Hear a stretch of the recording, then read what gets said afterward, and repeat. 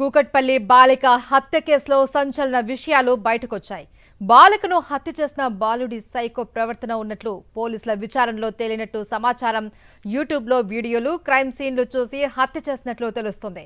10వ తరగతి దశలోనే క్రైమ్ చేయడం నేర్చుకున్నాడు అని పోలీసుల ఎంక్వైరీలో తేలింది. హత్య చేసిన తర్వాత ఆధారాలు మాయం చేయడం కూడా నేర్చుకున్నాడు. కూకట్పల్లి బాలిక హత్య కేసులో సంచలన విషయాలు బయటకొచ్చాయి. బాలికను హత్య చేసిన బాలుడికి సైకో ప్రవర్తన ఉన్నట్లు పోలీసుల విచారణలో తేలినట్టు సమాచారం.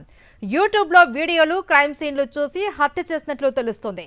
10వ తరగతి దశలోనే క్రైమ్ చేయడం నేర్చుకున్నాడు అని పోలీసుల ఎంక్వైరీలో తేలింది. హత్య చేసిన తర్వాత ఆధారాలు మాయం చేయడం కూడా నేర్చుకున్నాడు. మరింత సమాచారం స్పాట్ నుండి మా ప్రతినిధి అమర్ అందిస్తారు.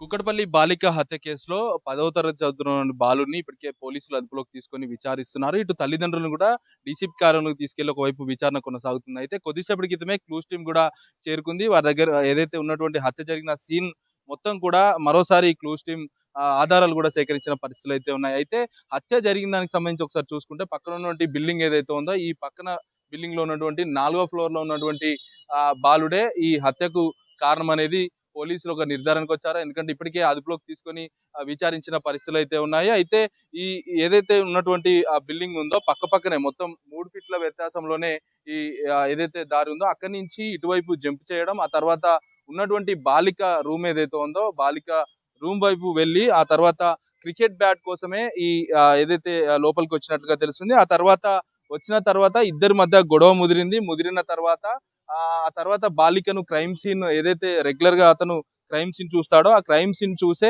ఈ మొత్తం హత్య చేశాడనేది ప్రస్తుతం పోలీసులు అయితే నిర్ధారించిన పరిస్థితులు అయితే ఉన్నాయి. అయితే పోలీసుల విచారణలో నమ్మలేని నిజాలు బయటకు వస్తున్నాయి. బాలికను హత్య చేయడానికి బాలుడు ఒక సైకో కిల్లర్ గా మారిన ఉదాంతాన్ని ప్రస్తుతం పోలీసుల విచారణలో వెల్లడైన పరిస్థితులు అయితే ఉన్నాయి. ప్రస్తుతం మనం చూడొచ్చు ఏదైతే హత్య జరిగినటువంటి బెడ్ ఏదైతే ఉందో ఇదే బెడ్ మీద దాదాపు 20 సార్లు కత్తిపోట్లు పొడవడం, ఆ తర్వాత కత్తితో పూర్తిగా చనిపోయిన తర్వాతే నిర్ధారించుకున్న తర్వాతే ఉన్నటువంటి డోర్ ఏదైతే ఉందో ఈ డోర్ ని లాక్ చేసి అంటే ఎవరు రాలేదు అనేది చెప్పించడానికి అంటే క్రైమ్ సీన్ ఏదైతే ఉందో ఆ హత్య చేసింది హత్య జరగలేదన్న కోణంలో అంటే ఎక్కడ ఏం ఆధారాలు లేకుండా ఇక్కడి నుంచి వెళ్ళిపోయిన పరిస్థితి అయితే నెలకొంది. అయితే 10వ తరగతి దశలోనే పిల్లవాడు క్రైమ్ చేయడానికి వీడియోలు చూడడం, ఆ తర్వాత ఇవన్నీ కూడా ట్రయల్స్ ఒక యూట్యూబ్ లో వీడియోలు చూడడం, వెబ్ సిరీస్ కూడా చూడడం, మొత్తం సీన్స్ అన్ని చూసి ఇవన్నీ కూడా చేసినట్లుగా పోలీసుల ప్రాథమిక విచారణలో వెల్లడైంది. అయితే 10ల సంఖ్యలో బాలుడి మీద అనుమానాలు వచ్చాయి. ఎందుకంటే చుట్టుపక్కల వాళ్ళందరి మీద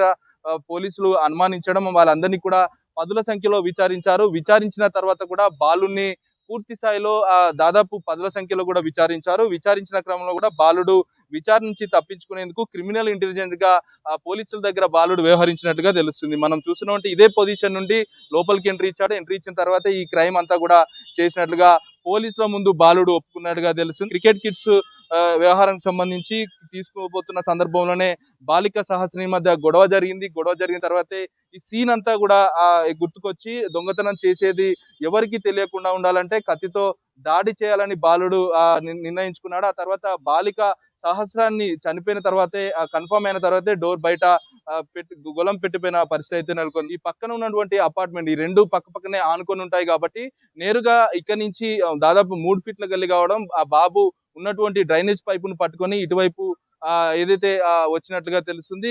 మొత్తం సీన్ మొత్తాన్ని కూడా పోలీసులు విచారణలో బాలుడు ఒప్పుకున్నట్లుగా తెలుస్తుంది. బాలుడు యూట్యూబ్ లో ఇటు క్రైమ్ సీన్స్ ఎక్కువగా చూడడం, క్రికెట్ అంటే ఎక్కువగా ఉన్న వ్యక్తి కావడం, అంటే ఇవన్నీ కూడా బాలుడు ఏదైతే మంచి మార్గంలో వెళ్లకుండా చెడు రూట్ లో వెళ్తున్నా కూడా తల్లిదండ్రులు కూడా పట్టించుకున్నట్లుగా తెలుస్తుంది. ప్రస్తుతం తల్లిదండ్రులను అయితే డీసీపీ కార్యాలయంలో ప్రస్తుతం పోలీసులు అయితే విచారిస్తున్న పరిస్థితులు అయితే ఉన్నాయి.